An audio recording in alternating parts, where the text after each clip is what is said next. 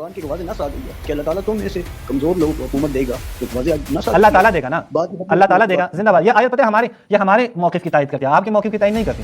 دیکھیں آپ آیت سے جو کچھ سمجھ رہے ہیں وہ نہ آپ کے علماء سمجھے ہیں، نہ آپ کے حضرت عمر صاحب سمجھے ہیں، نہیں دیگر افراد، نہیں حضرت عمر صاحب اور نہیں دیگر افراد۔ یہ آپ کہنے کہ نہیں نص پہ موجود ہیں، میں اس لیے میں کہتا ہوں آپ لوگ دو رنگ رکھتے ہیں، میں کہتا ہوں آپ لوگ دو رنگ رکھتے ہیں، ذرا صبر تو کریں میرے۔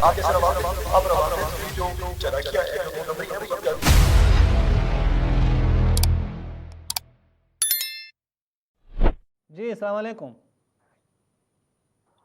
وعلیکم السلام، خیریت سے؟ ٹھیک ہے، اللہ کا شکر بھائی، آپ ٹھیک ہیں، خیریت سے ہیں؟ جی الحمدللہ۔ جی سلامت رہیں بھائی۔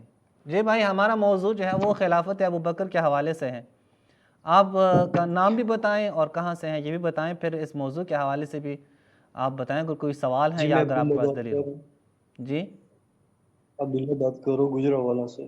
گجرانوالہ سے، جی نام کیا تھا آپ کا؟ عبداللہ۔ عبداللہ بھائی، جی عبداللہ بھائی، جی میرا آپ عبداللہ سے ایک بھائی، سوال ہے۔ جی جی دیکھیں آپ نے جو موضوع اپنے سلیکٹ کیا ہے، جو آپ نے اپنے ایک موضوع منتخب کیا ہے خلافت ابو بکر کا، جی میرا اس متعلق ایک سوال ہے جس کا مجھے آج تک کوئی تسلی بخش جواب کسی شیعہ کی جانب سے نہیں ملا۔ جی فرمائیں۔ دیکھیں جب قرآن مجید میں واضح طور پر خلیفہ کی خلافت پہ دلیل آ گئی ہے تو آپ لوگ کس دلیل کے تحت اور کس حق کے تحت ان روایات کو رد کرتے ہیں اور ان آیات کا کیسے آپ ان کی باطل تعویل کرتے ہیں؟ آپ کے پاس کیا یہ اتھارٹی موجود ہے کہ آپ قرآن مجید کی واضح اور جلی نص کا انکار کریں؟ جی کون سی نص ابو بکر صاحب کی خلافت پہ کون سی نص موجود ہے؟ اگر آپ قرآن مجید کا جائزہ لیں تو قرآن مجید نے واضح طور پر سورہ نور میں خلافت کا ذکر کیا ہے۔ ٹھیک، قرآن مجید کی واضح آیت ہے کہ وعد اللہ الذین آمنوا منکم جی وعملوا الصالحات۔ یہ اچھا ٹھیک ہے، یہ تمام آیت مفسرین آپ سمجھتے ہیں کہ یہ آیت یہ ابو بکر صاحب کی خلافت پر نص ہے؟ جی بالکل۔ اچھا تو پھر آپ اپنے علماء کے خلاف، میں اس آیت کی طرف بھی آتا ہوں، ذرا آپ دیکھیں آپ کے علماء کیا کہتے ہیں۔ یہ احیاء علوم الدین، ذرا دیکھیں احیاء علوم الدین جناب غزالی صاحب کی کتاب ہے، یہاں پہ کہتے ہیں الاصل السابع ولم یکن نص رسول اللہ علی امام اصلا، رسول اللہ کی کوئی نص موجود نہیں ہے، کوئی رسول کسی کو بھی منتخب نہیں کیا رسول اللہ نے کہ یہ میرے بعد جو ہے وہ خلیفہ ہوگا آپ کے علماء کے بقول۔ فلم یکن ابو بکر اماما، ابو بکر صاحب امام نہیں ہے رسول اللہ کی طرف سے، یہ واضح کہتے ہیں۔ یہ ایک دلیل۔ اب ایک اور دلیل بھی آپ کے سامنے میں پیش کرتا ہوں، البدایہ والنہایہ سے ابن کثیر دمشقی صاحب، یہ بہت بڑے نام ہے بھائی، یہ ابن کثیر دمشقی صاحب کی 5ویں جلد پر صفحہ نمبر یہ 272 پہ آپ دیکھیں، ان رسول اللہ صلی اللہ علیہ وآلہ نے خلافت کے لیے کسی کا نام بھی نومینیٹ نہیں کیا ہے، لا ابی بکر، پھر ابو بکر کا نام باقاعدہ نکل کرتے ہیں، ابو بکر کا نام نہیں رسول اللہ نے بتایا کہ میرے بعد یہ خلیفہ ہوگا۔ یہ دوسرا عالم ہے۔ ایک اور تیسرا نام بھی آپ کو بتا دیتا ہوں تاکہ جو ہے آپ کو واضح ہو جائیں، یہ شرح المواقف ہے، شرح المواقف دیکھیں، تالیف ہے جناب جرجانی صاحب کی، اس کے جلد 7 پہ صفحہ نمبر 385 پہ دیکھیں، طریقہ کہتے ہیں کیا ہے خلیفہ کو معین کرنے کے لیے، یا نص ہے یا اجماع ہے۔ پھر کہتے ہیں کہ اما النص فلم یوجد لما سیاتی، نص ہے یہ تو منتفی ہے، بالکل بھی موجود نہیں ہے۔